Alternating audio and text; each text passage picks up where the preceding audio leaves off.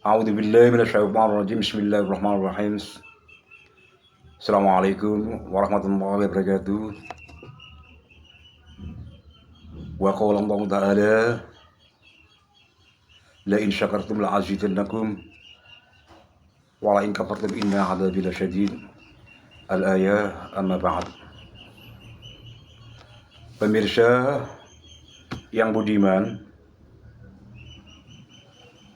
kali ini kita akan membahas masalah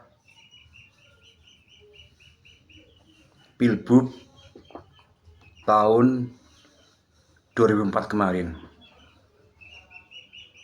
Kenapa saya baru bahas sekarang? Karena sebenarnya 5 hari sebelum Pilbub yang ada, saya sudah bikin video yang sama seperti sekarang. Cuman pada saat selesai video, saya bikin masuk ke galeri dan mau saya sharekan ke WA, kok gak nyambung. Artinya video yang saya bikin 20 menitan itu durasinya kok menjadi hanya 11 menit ketika masuk ke WA, ya. Dan itu otomatis pesan saya nggak tersampaikan nantinya, sehingga saya urungkan untuk menge-share-nya. Setelah saya tanya ke Google segala macam, kok masih nggak nyambung aja, akhirnya saya vakumkan. Baru kemarin video ini bisa terselesaikan dengan baik karena saya telah menemukan caranya yang benar. Dan sekarang saya mau bikin video dengan versi yang sama, cuma sedikit saya ubah sesuai dengan format yang ada, yakni saya hanya fokus kepada menyoroti kenapa Gus Mujib calon Bupati Pasuruan periode 2024-2029. Hadirin yang berbahagia, bahwa Pilbub kali ini itu memiliki perbedaan yang sangat mencolok dibanding Pilbub sebelumnya. Jika sebelumnya Pilbub pertarungannya hanya terfokus kepada masalah kelompok agamis melawan kelompok nasionalis misalnya, atau sebaliknya nasionalis melawan agamis. Tetapi kali ini Pilbub yang ada memiliki gambaran atau warna yang agak sedikit lain. Yang pertama adalah Pilbub kali ini itu merupakan pertarungan antar kedua Gus. Sebagaimana kita ketahui bahwa paslon nomor 1 itu calonnya adalah Gus Mujib, ya, berpasangan dengan Ning Wardah. 02 pasangannya adalah Mas Rusdi, ya, berpasangan sama Gus Sobi. Sehingga saya katakan ini merupakan pertarungan antar Gus karena mereka masing-masing ada Gusnya. Yang pertama adalah sekali lagi 01 cabubnya adalah Gus. Yang nomor 2 cabubnya adalah juga Gus. Dan yang kedua adalah pertarungan antar pesantren, bahwa kedua Gus ini sama-sama memiliki pesantren. Yang satu Gus Mujib memiliki pesantren alias ini, sementara Gus Sobi memiliki pesantren Sidogiri. Dan yang ketiga, ini juga ada dalam gembar-gembor Pilbub sebelumnya, bahwa Pilbub kali ini adalah juga merupakan pertaruhan antar dua kiai, yakni Romo Kiai Abdul Bahar Jombang sama Romo Kiai Abdul Hamid Pasuruan. Hadirin yang berbahagia, jika kita melihat pertarungan antar Gus ini, menurut saya nggak terlampau signifikan hasilnya, karena paling-paling kita bisa melihatnya pada orasi-orasi ilmiah saat sebelum terjadinya pilihan, ya. Dan itu semuanya tergantung daripada masing-masing pemirsa yang ada menilainya. Tetapi yang kedua, pertarungan antar pesantren lah ini yang nantinya bisa menjadi tolok ukur siapakah yang unggul, yang menang, dan siapakah yang kurang unggul, yang kalah. Secara histori bahwa Sidogiri ini merupakan pondok pesantren yang lama dan besar. Sementara Al-Yasini juga sama, cuman masih kalah dengan Sidogiri. Seperti yang panjenengan tahu bahwa Pasuruan ini merupakan kota santri, dan santri-santri Pasuruan itu kebanyakan mereka mondok di Sidogiri, ya. Karena sekali lagi, kalau kita runtut kepada orang-orang tua kita dulu, semuanya kebanyakan mondok di Sidogiri. Baru belakangan inilah pondoknya Gus Mujib rame karena banyak faktor yang melingkupinya. Seperti yang Anda ketahui bahwa pemilih itu seringkali memilih paslon atau calon bupatinya itu kayak memilih agama. Artinya mereka tidak bisa dipisahkan. Sekali AA, sekali BB, ya. Walaupun mungkin ada serangan fajar segala macam yang nilainya nggak seberapa, tetapi itu sama sekali nggak menjadi pengaruh bagi mereka. Bagi mereka adalah kalau kebetulan ada calon daripada alma maternya, Pondok Sidogiri misalnya, ya, itu maka mereka akan memilih mati-matian kepada calon itu. Apalagi dia sebagai seorang santri dulunya, maka dia merasa berdosa kalau alumni Sidogiri tidak memilih Gus Sobih, misalnya demikian. Dan itu adalah diikuti oleh keluarganya, mertuanya, anaknya, menantunya, segala macam. Hal yang sama juga terjadi kepada Gus Mujib. Tetapi secara hitungan matematis kayaknya, Gus Mujib masih agak kalah dibanding Gus Sobih Sidogiri. Dan yang ketiga adalah, meski ya kedua kiai besar tadi, Romo Abdul Mahabah Jombang yang merupakan mertua daripada Gus Mujib, dan Romo Kiai Haji Abdul Hamid Pasuruan yang merupakan mbahnya Ning Warda, wakilnya Gus Mujib.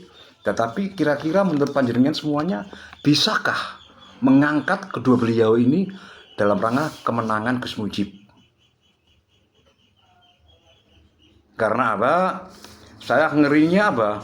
Kalau seandainya nanti Gus Mujib kalah misalnya, bagaimana nasib kredibilitas kedua kiai ini, Romo Kiai Abdul Wahab Hasanto sama Romo Kiai Abdul Hamid Pasuruan? Semoga nggak terjadi apa-apa. Kalau mungkin beliau berdua nggak ada masalah, kita sebagai pendukungnya, apakah ada hal yang bisa menjadikan emosi kita terjaga atau tidak?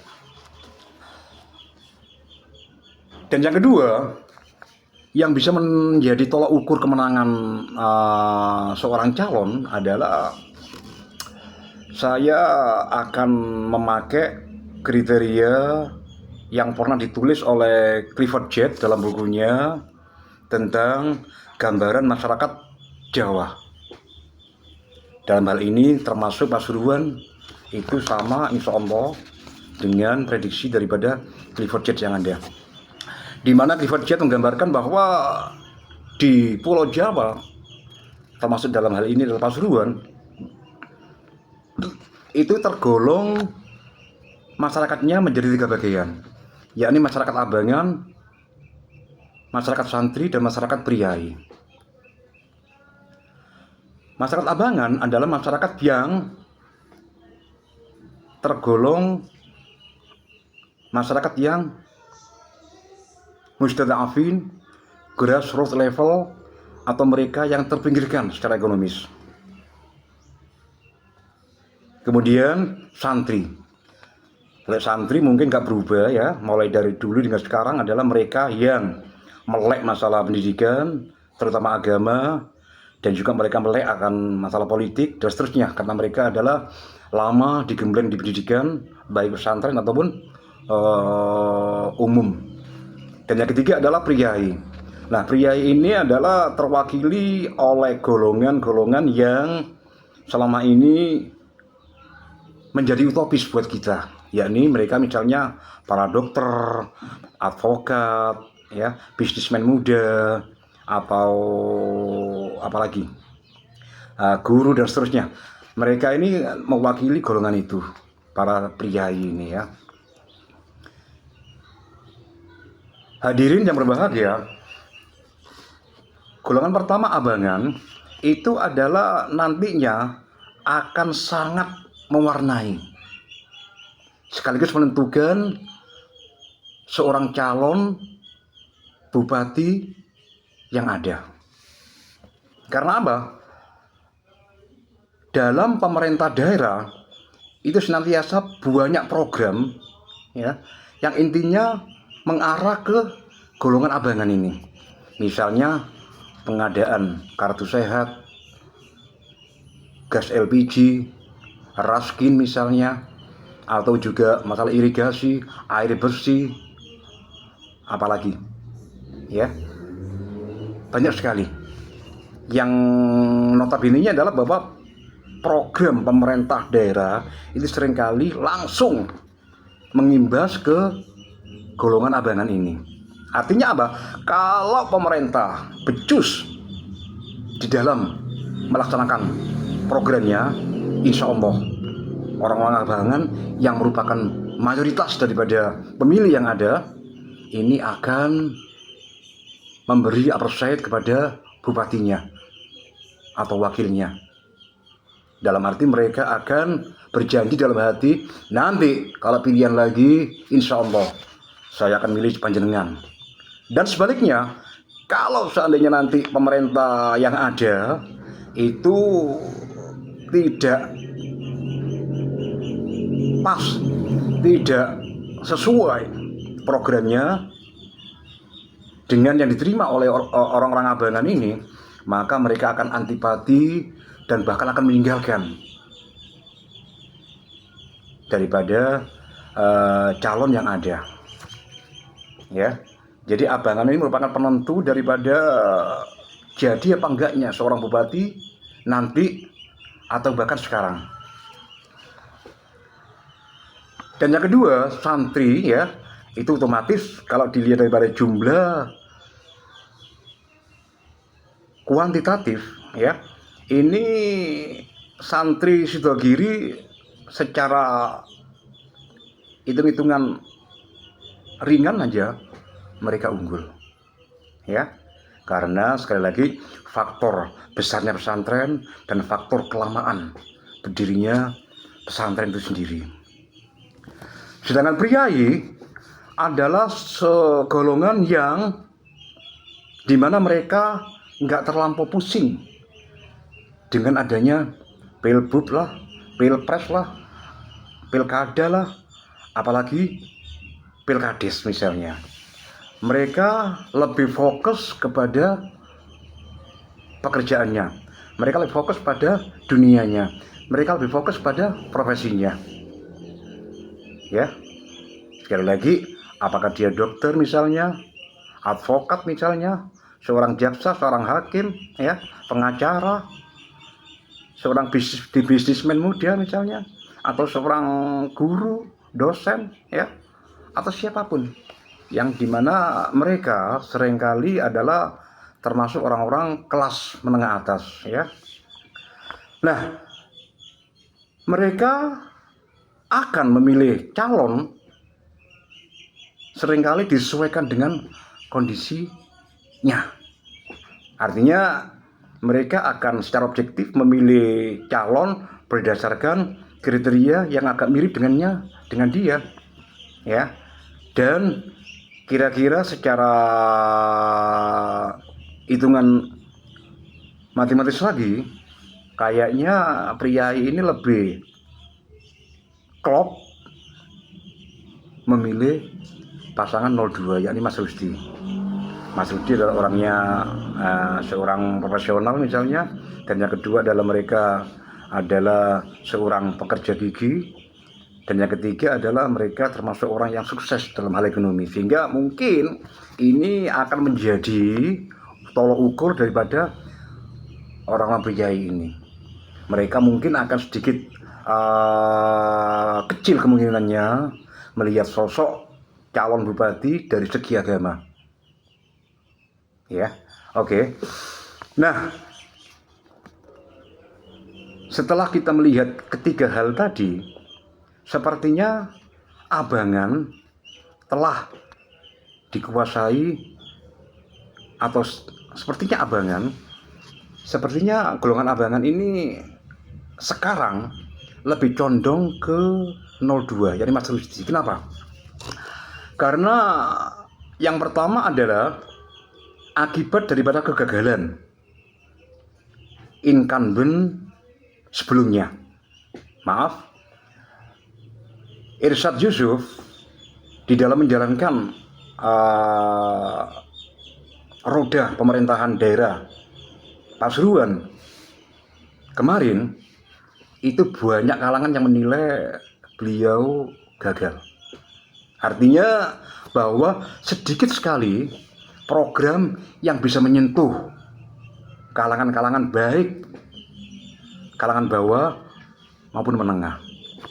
Bahkan di dalam kalangan guru sekalipun, Gus Irsyad hanya dikenal programnya tentang pengadaan seragam itu aja, serta jalan-jalan siswa SMP dan SMA di Chandra Wilwatikta dalam event tertentu, misalnya Hari Besar Islam atau hari-hari besar nasional. Selebihnya kayaknya nggak ada.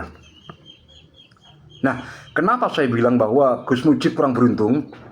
Karena Gus Mujib merupakan wakil incumbent yang dimana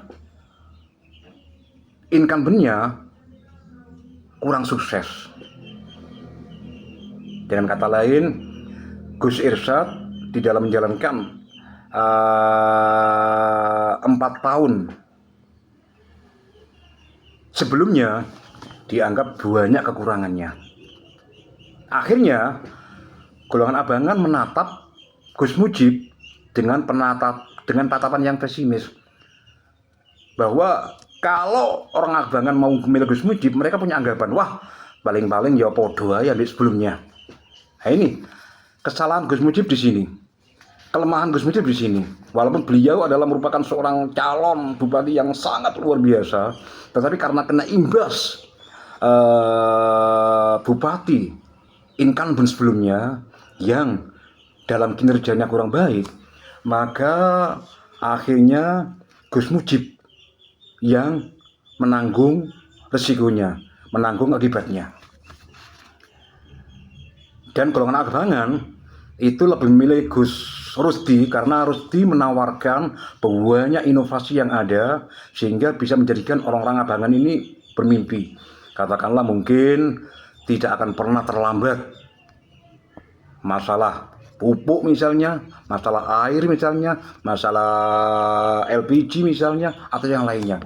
Mereka semuanya punya punya janji yang intinya akan merubah sekaligus meringankan, menggampangkan orang-orang golongan abangan ini untuk mencapai hak-haknya. Sekali lagi, Gus Mujib tidak melakukan itu karena beliau hanya ingin meneruskan program pemerintah daerah sebelumnya, Guru Irsyad, yang selama ini dinilai banyak kelemahan dari banyak kalangan. Dengan kata lain, untuk masalah yang pertama, Gus Mujib tidak unggul dan Mas Rusdi unggul. Kemudian santri juga demikian. Kalau dilihat daripada banyaknya santri Sidogiri sama Al-Yasini, sepertinya masih kalah. Santri miliknya Gus Mujib sama santri miliknya Ponpes Sidogiri, Gus Robi. Dan yang ketiga, priai, tadi saya bilang bahwa golongan ini sepertinya lebih condong ke 02 Mas Rusdi. Karena apa? Mereka memiliki kesamaan dalam hal visi, sama-sama profesional, sama-sama sukses dalam bisnis, dan sama-sama intelektualis dalam pendidikan dan seterusnya. Hadirin yang berbahagia, bahwa dulu setelah saya menganalisa demikian, yang kira-kira menurut saya Gus Mujib ini lemah dan kalah, maka waktu itu masih ada sekitar 5 hari lagi. Kalau mungkin beliau mau mengadakan konsolidasi masalah kepartaian secara fisik agak susah, karena waktunya sudah tinggal 5 hari. Saya menyarankan Gus Mujib untuk menggerakkan seluruh santrinya untuk membaca Huwal Habib sebanyak mungkin. Sebagaimana kita tahu bahwa Huwal Habib ini merupakan sebuah amalan yang menjadikan kita akan mencapai impian terrealisir melalui doa yang ada, ya. Sehingga ini merupakan andalan Romo Kiai Haji Abdul Wahab Hasbunto dan di transfer oleh Gus Mujib melalui santrinya. Itu saran saya waktu itu, tapi nggak terjadi karena faktor teknis video yang saya bikin nggak terwujud. Dan yang kedua adalah, saya juga ingin menyarankan kepada Gus Mujib waktu itu adalah tolong membaca Yasin 41 kali bagi masing-masing santri senior, dengan tujuan satu, yakni kemenangan Gus Mujib. Dan ini saya peroleh dari Romo Kiai Haji Abdul Ghafur Pacitan Lamongan, ya, di mana beliau sangat diakui sebagai kiai spesialis doa demikian. Tetapi sekali lagi, karena nggak terjadi pada saat itu, saya nge-share video, ya, sehingga Gus Mujib mengalami kekalahan yang membuat kita orang-orang tak beras, terutama karena beliau adalah merupakan santri tak beras, sehingga kita merasa shock karenanya, ya. Dan semoga kekalahan ini akan menjadi introspeksi bagi yang bersangkutan, dan juga merupakan bentuk kekalahan yang tertunda. Merupakan bentuk kemenangan yang tertunda nantinya. Dan kita, para pendukungnya, harus berbesar hati sekaligus tetap semangat dalam koridor la in syakartum yang saya sebutkan di atas tadi.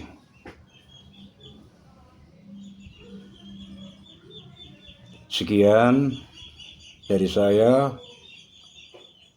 Wabillahi taufiq wal hidayah. Assalamualaikum warahmatullahi wabarakatuh.